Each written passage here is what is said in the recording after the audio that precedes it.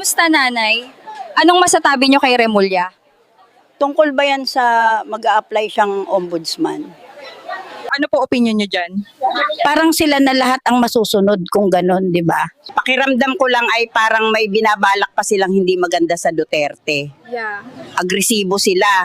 Mukhang hindi pa sila makontento sa ginawa nila. At sino na lang ang kakampihan ng mga Duterte niyan? Baka lahat ng ahensya sa gobyerno ang gusto nila ay puro kaalyado nila. Sobra na ginagawa nila. Kung laging Duterte na lang ang iisipin nila, sayang ang panahon at pera. Kawawa tayo ngayon. Matatanda na tayo mga sir. Magpakabait na lang. Kay Risa po, anong masasabi nyo? Isa pa yon. Akala mo mabait. Puro din Duterte yun. Walang bago sa kanya. Umay na. Ano bang meron kay Risa, Nay? Issue sa PhilHealth. Issue sa tanim witness. Si Risa, puro lang daldal. Walang kwenta. Dilawan talaga yan. Hanggang dito na lang po. Maraming salamat. Back to you, X-Crew.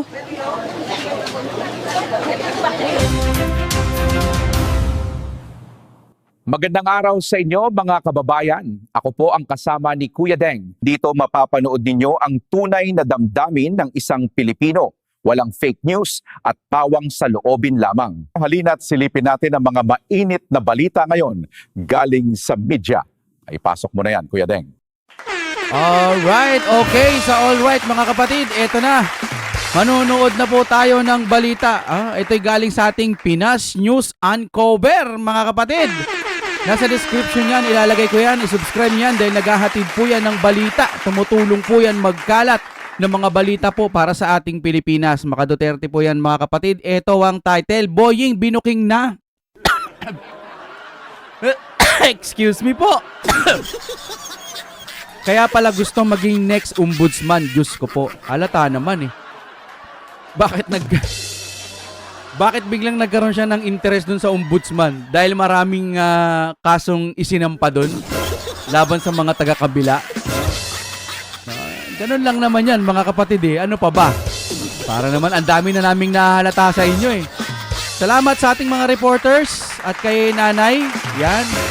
At sa ating mga nasa news anchor. Wow. Hindi ah. Patindi na tayo na ba? Okay, Fiber ni Juan, pasok! Saan na ba yung Fiber ni Juan? Ay, pumasok ni Fiber Kung gusto ni nyo Juan. naman ng mura na at mabilis na internet, nandito na ang Fiber ni Juan. Maaasahan, kaya tawag na. Baka meron na sa inyong lugar ang Fiber ni Juan. Okay, i-play na natin to mga kapatid. Ano bang meron dito? Kung si Justice Secretary Remulla ang mapiling ombudsman, ano na kaya ang kahihinatnan kaso na naisampa doon sa Wala na. Malungkot na tinanggap ni Attorney Antonio Bucoy, tagapagsalita ng House Prosecution Panel, ang naging pahayag ni Ombudsman Samuel Martires na hintayin muna ang resulta ng impeachment proceedings laban kay Vice President Sara Duterte bago aksyonan ang reklamong may kinalaman sa umano'y maling paggamit ng confidential funds. Ayon kay Bucoy, tama ang naging hakbang ng Ombudsman na umatras sa issue at ipaubaya na ito sa susunod na Ombudsman alinsunod sa tamang proseso. Yun lang. Hindi nga nangialam ang ombudsman. Pero sa susunod po, kung alimbawang si Remulla ang hahawak niyan, wala na. Git ni Bucoy, malinaw na ang kapangyarihan ni Martires ay limitado sa investigasyon at hindi siya maaaring maghain ng kaso habang may kasalukuyang impeachment proceedings. Nilinaw din ng Ombudsman na wala itong layuning impluensyahan o pahinain ng impeachment trial taliwas sa mga aligasyon matapos nitong umaksyon sa committee report ng House Good Government and Public Accountability Panel. Bigyan natin ngayon ng reaction opinion itong article sa politico.com tungkol ito sa ombudsman post na isa pala si Secretary Boying Remulla ang kandidato na maging ombudsman. Nako. Ito ang title, May the Best Man Win. Boying Remulla gunning for ombudsman post, June 29. The stakes in the search for country's next ombudsman just got higher, with Justice Secretary Jesus Remulla reportedly throwing his hat into the race, Politico learned. Ito. So, sources lang muna ito ha. Magaling itong politiko na magkalap ng mga balita. An Scooper confirmed that Remulla has submitted his application to the Judicial and Bar Council, which is accepting applications and recommendations for the post until July 4. Okay. The new ombudsman will replace Samuel Martires, whose term ends on July 27. Tay, parang may nagluluto ata dyan na Mr. General naming mahal. General Macanyes. Parang may mga nagluluto dyan sa lugar mo, ha? Oh, malapit na pala. Remulla now joins a formidable list of contenders. So, ito yung mga makakalaban. Alam nyo, sa tingin ko lang, ha, malakas si Remulla. Yung makakalaban, medyo siguro, baka hindi natin kilala. Pero kilala nyo naman si Remulla. Siya ang kilala-kilala ngayon. Diyan po sa kabilang kampo. Ngayon, malakas ang chance na maging siya ngayong ombudsman. So, paano na lang yung mga kaalyado ng Duterte? Parang alam ko kasi meron silang mga nahihain dyan ng mga kaso or gumigit na yung ombudsman. Paano pa ngayon kung si Remulla na ang uupo? Wala na. Tapos yung mga judge, palitan nyo na rin po lahat ng mga kaalyado. Sa Supreme Court, palitan nyo na rin lahat. Puro puro maka-BBM na, no? Puro maka-administrasyon na lahat. Duterte versus all enemy, no? Wala na. Sa inyo na lahat. Sa susunod na eleksyon, kayo na rin lahat, no? Nagawa nga nilang pali pa rin si tatay sa dahig, eh. Tatay Digong natin, walang imposible sa kanila. Eto pa, di ba? Including Philippine Competition Commission Chairman Michael Aguinaldo and Justice Undersecretary Jose Cades Jr. The Ombudsman has a 7-year term, which means Martires' successor will occupy the post until 2032. At 64, Remulla is a veteran lawyer and politico. He earned both his bachelor's degree in political science and law degree from the University of the Philippines, where he was a member of the Upsilon Sigma Pi fraternity. Remulla began his career as a private law practitioner at the Remulla and Associates Law Office. A scion of the Remulla political dynasty in Cavite, he served as congressman from 2004 to 2013 and again from 2019 to 2022 before being appointed as Justice Secretary. Okay. So, pipiliin, ang alam ko nito, may mga applicants, isasalang o Meron pang mga applicant, ha? Para hindi masyadong halata, may mga applicant. Ganon din naman. Remulla din yan. Kahit sabihin natin, wag yan, hindi yan. Marami pa dyan. Hindi pwedeng ganon. Wala sino bang may hawak ng gobyerno ngayon. Wala tayong magagawa dyan. Ako, sa totoo lang, araw-araw na nagbablog ako na nasasaktan ng Duterte, nasasaktan din po ang puso ko. Kinampihan natin yan, eh. Ewan ko, ba't ganito?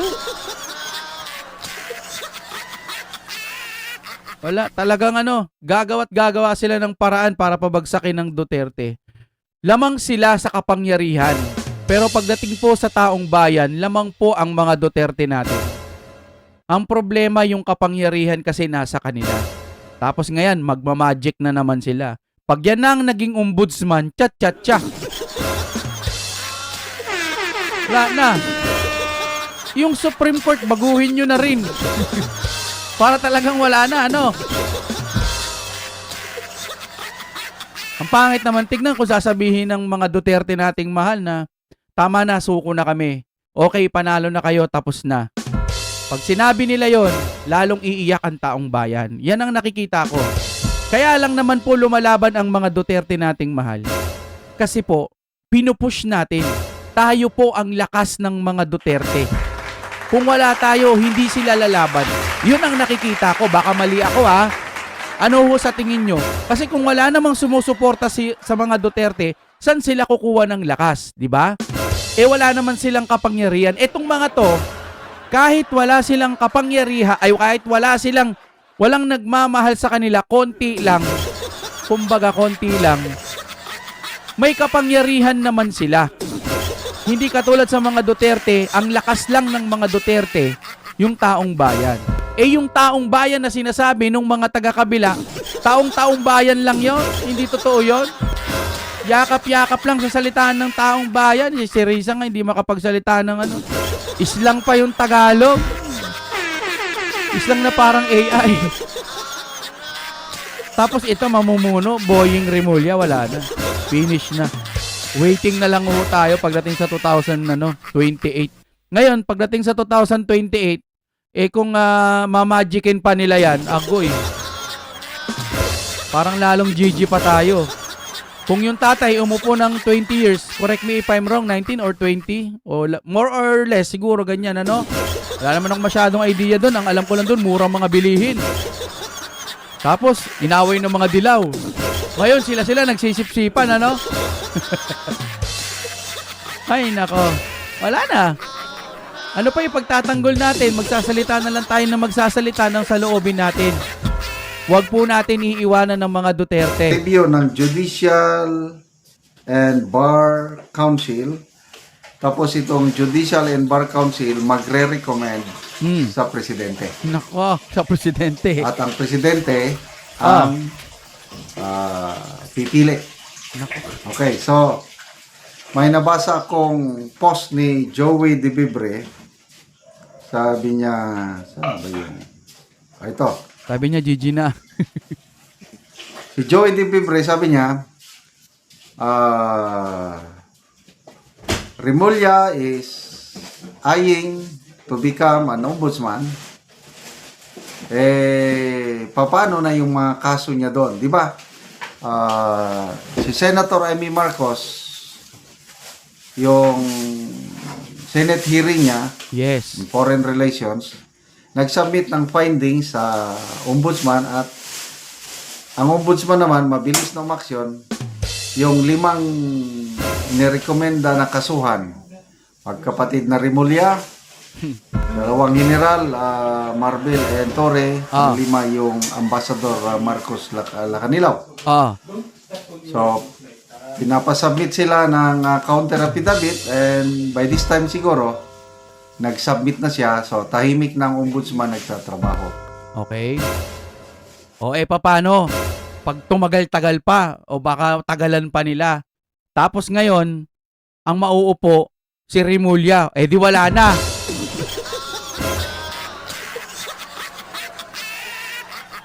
Wala. Legit pala talaga, ano? Tama ba? Na gusto talaga niya. Ano na lang gagawin natin, mga kapatid? Ngayon lang talaga ako nakakita ng ganitong administrasyon. Wala eh. Wala na akong masabi. Kahit i-play pa natin ito. Ganun din. Puro Remulla din. Mga kaibigan, sa mga kababayan po natin, wag na wag po tayong bibitaw. Wag na wag po nating susukuan. Kung nakakakita kayo ng mga vlogger na nag-aaway, minsan pares Duterte nag-aaway, magkaiba sila ng pananaw, dito na lang po kayo sa channel ko dahil hindi ko sila mga kaaway. Dito po, nakafocus po tayo sa pagtatanggol sa mga Duterte dahil alam po natin tama ang mga Duterte. Bakit sinisiksik mo yan, ex-cro, no? Ba't puro na lang Duterte gusto mo? Kasi may ebidensya po kaming nakikita. Davao City maganda. Ang ating Duterte noon nakaupo, satisfaction ratings mataas 80%. Tapos nitong sunod na ratings mataas pa rin. Ibig pong sabihin yung mga mamamayang Pilipino natin gusto po talaga ang mga Duterte. Ang problema, ang may kapangyarihan ngayon, itong mga tae-tae. Ano pa gagawin natin? Siguro, magmatsyag, kada may mga balitang lalabas, panonoorin natin, bibigyan natin ng opinyon.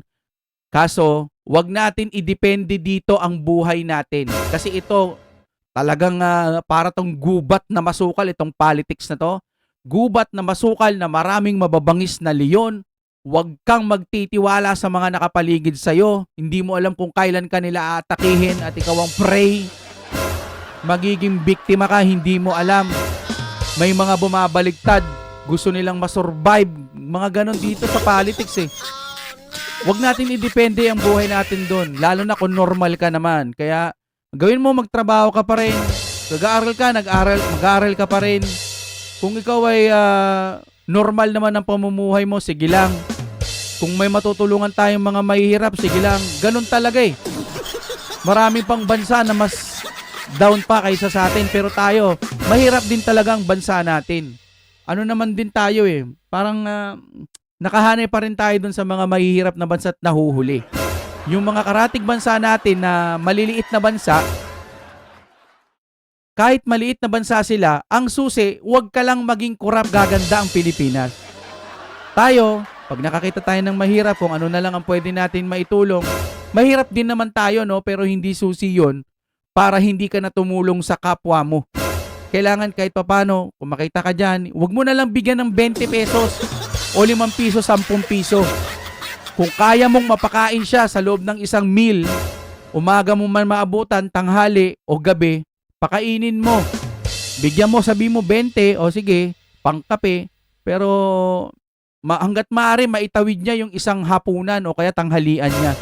Ganun na lang ho gawin natin, ano? Hindi naman ho natutulog ang Diyos. Itong mga to, tumatanda na sila, sinusulit nila yung kasamaan. Tayo, sulitin na lang ho nating magpakabuti para sa ating bayan. Maghintay na lang po tayo kung magkakaroon po ng pagkakataong maupo ang mga Duterte. Kung hindi man Duterte ang mauupo, malamang kung halimbawa lang nagawa nila yung paraan nila, napabagsak nila mga Duterte, pero siguro malabong-malabo pa yon. Kaso, kaya nilang mag-magic. Nandiyan pa naman sila Bongo, Senator Bato at mga kaalyado ng mga Duterte. Marami pa tayong aasahan. Itong mga to, matatanda na. 6 na taon, lalagpas pa. Medyo mahihina na rin tong mga to. Kaya mga kapatid natin, mga kaibigan natin dyan, kapit lang, yung mga susunod na henerasyon nating mga kamag-anak, may pag-asa pa basta ituro natin sa kanila kung paano bumoto ng maayos. Okay? Kasalanan din ng tao, ibinoto din, nabudol. Magmatsyag tayo mga kapatid. Okay, maraming salamat. Hanggang dito na lamang po. Siyempre, huwag niyo kakalimutan, pumindot po kayo ng like. Kahit isang pindot lang po, masayang-masaya na po ako dyan. Maraming salamat sa inyong panonood. Comment po kayo, pusuan natin lahat yan. Oh my God, what did I